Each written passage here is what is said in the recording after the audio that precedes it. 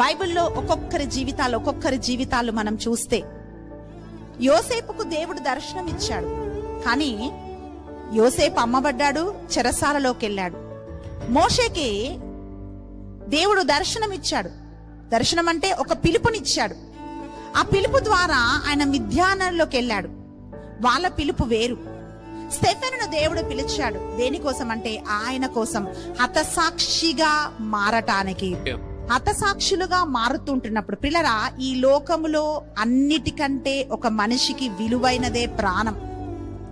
ఆ ప్రాణం దక్కించుకోవడానికి మనిషి ఏదైనా చేస్తాడు, కానీ ఆ ప్రాణము కూడా క్రీస్తు కోసము ఒక వ్యక్తి ఇస్తున్నాడు అని అంటే ఎంతగా క్రీస్తుని ఆ వ్యక్తి ప్రేమిస్తున్నాడు. ఒక్కొక్క వ్యక్తి క్రీస్తు కొరకు అంటే ఆది సంఘం నుండి ఇప్పటి వరకు ఎన్ని వేల మంది హతసాక్షులుగా మారారు ప్రియులరా. ఎంతమంది దేవుని కోసం త్యాగాలు చేశారు.